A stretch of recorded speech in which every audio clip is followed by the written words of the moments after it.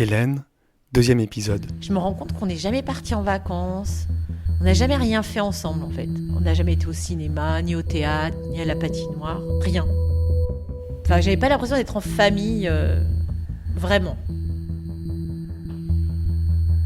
3, 2, 1. Avec ma mère, il y avait un amour, je pense, même fusionnel. Je me souviens qu'elle avait, dans la chambre où je dormais avec ma sœur, elle avait installé un foulard accroché entre deux murs, enfin dans un coin. Et elle avait mis une petite chauffeuse, et c'était mon coin bleu. Et elle me disait, tu vois, ça c'est ton coin. Donc quand tu veux être seule, tu te mets dans ton coin bleu et tu seras tranquille. Et donc ça, j'avais trouvé ça génial. Et c'est vrai que je me souviens de me mettre dans mon coin bleu. Donc il y avait cette chauffeuse, une lumière, le foulard. Et je me mettais à lire dans ce coin bleu. Et c'était le paradis sur Terre. Et personne n'avait le droit de rentrer.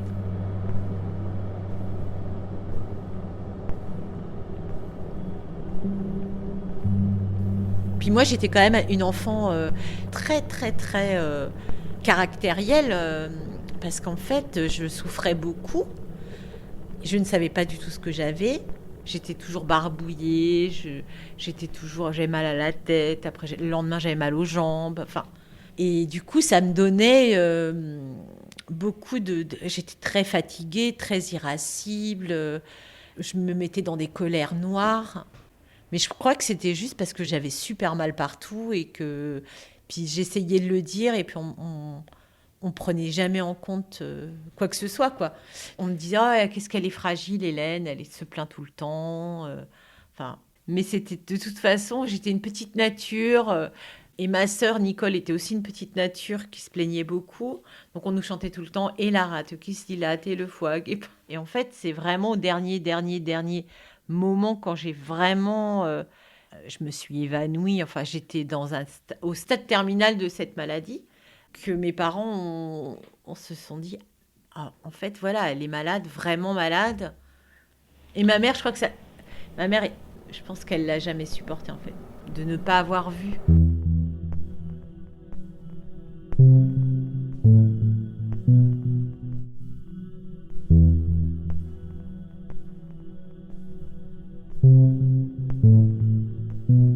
Donc, à l'adolescence, j'avais un caractère assez trempé, je pense.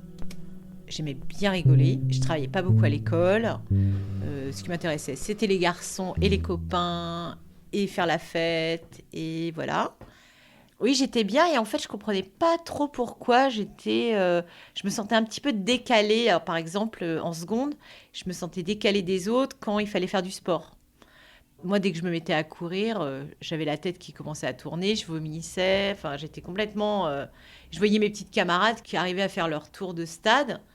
Et moi, j'étais complètement à la traîne. Et je me posais toujours la question, je disais, mais quand même, je comprends pas pourquoi je n'y arrive pas à ce point.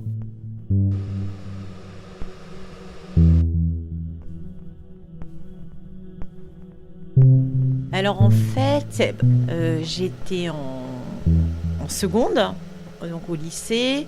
J'ai demandé à prendre la pilule. J'en ai parlé à ma mère. Et on est allé voir une gynéco, comme on fait les jeunes ados, voilà. Et elle m'a pris la tension artérielle. Et là, elle a réalisé que j'avais 20 de tension, ce qui est énorme. Normalement, c'est 12, 13. Et donc, la gynéco s'est inquiétée, m'a dit, mais vous êtes stressée d'être là, parce que comme c'était un premier rendez-vous, c'est un petit peu impressionnant quand t'es jeune comme ça. Et puis, j'étais là, oui, mais enfin, bon, pas plus que ça. Donc, elle m'avait fait m'asseoir, puis m'allonger 1 heure. Et elle reprend ma tension, 22. Et là, elle commence à se dire, ouh là là, c'est pas normal. Mais elle m'a laissé repartir. Et je me souviens de dire à ma mère, maman, elle avait l'air de faire une drôle de tête, parce que j'ai 21 de tension. Et ma mère me dit, non, t'as mal compris, c'est pas vrai. C'est pas possible. T'as mal compris.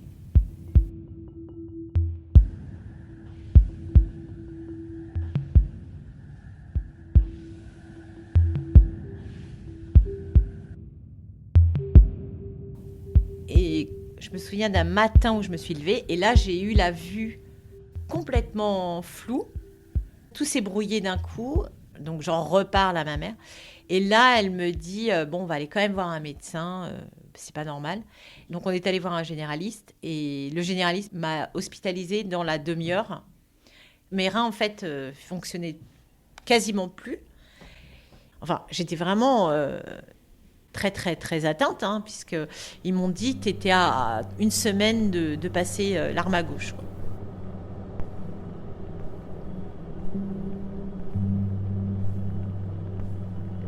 Alors en fait, le nom de la maladie scientifique, c'est une glomérulonéphrite.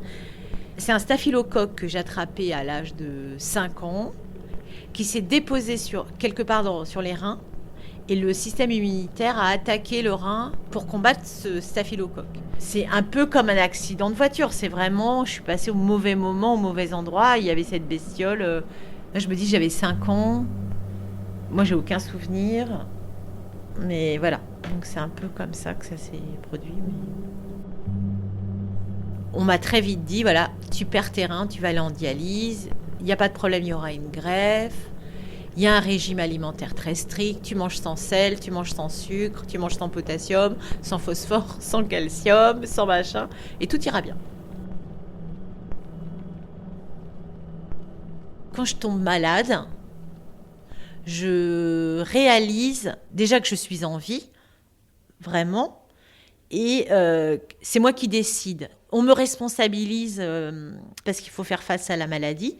Donc j'ai un régime, j'ai des contraintes, donc je suis responsabilisée et ma vie commence là. C'est-à-dire que c'est moi qui décide que ça aille ou pas, mais en fait c'est moi qui vais être aux commandes en fait.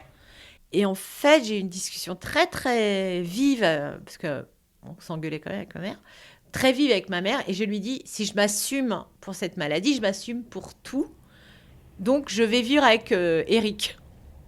Donc j'étais donc pas en couple à ce moment-là, mais j'avais rencontré quelqu'un qui était de loin mon aîné. Moi, j'en avais 16, il en avait 27. Et donc, je suis partie vivre... à la sortie de l'hosto, en fait, je suis partie vivre avec Eric dans un appartement. Mais j'étais très attentive à rester avec Eric, à ma vie avec lui. Je prenais des cours de cuisine pour lui faire à manger. Enfin, voilà, moi, j'avais besoin de stabilité, en fait. J'avais besoin d'un cadre. J'avais besoin de calme, je pense. Et lui m'a apporté ça énormément. C'était mon repère. Voilà. Et le 13 juillet, je me souviens très bien, première dialyse.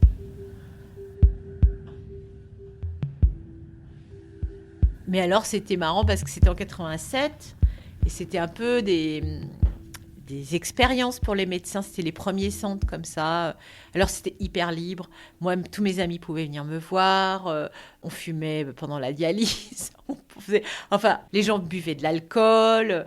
Et c'était drôle, il y a une ambiance. Le médecin, je me souviens, qui jouait au basket.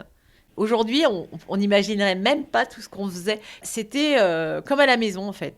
Donc, je me souviens très bien de la première dialyse. Après, j'ai des flashs, en y repensant. J'ai des flashs. Donc, moi, sur mon lit d'hôpital, avec un Walkman, en train de manger des fraises tagadas, je me souviens très bien. On m'avait acheté un Walkman pour l'hôpital, je me souviens. Et j'écoutais... je sais plus comment, Indochine. Et donc, je me revois très bien dans ma chambre, tu vois, en train de fermer les yeux et danser avec Indochine sur mon lit.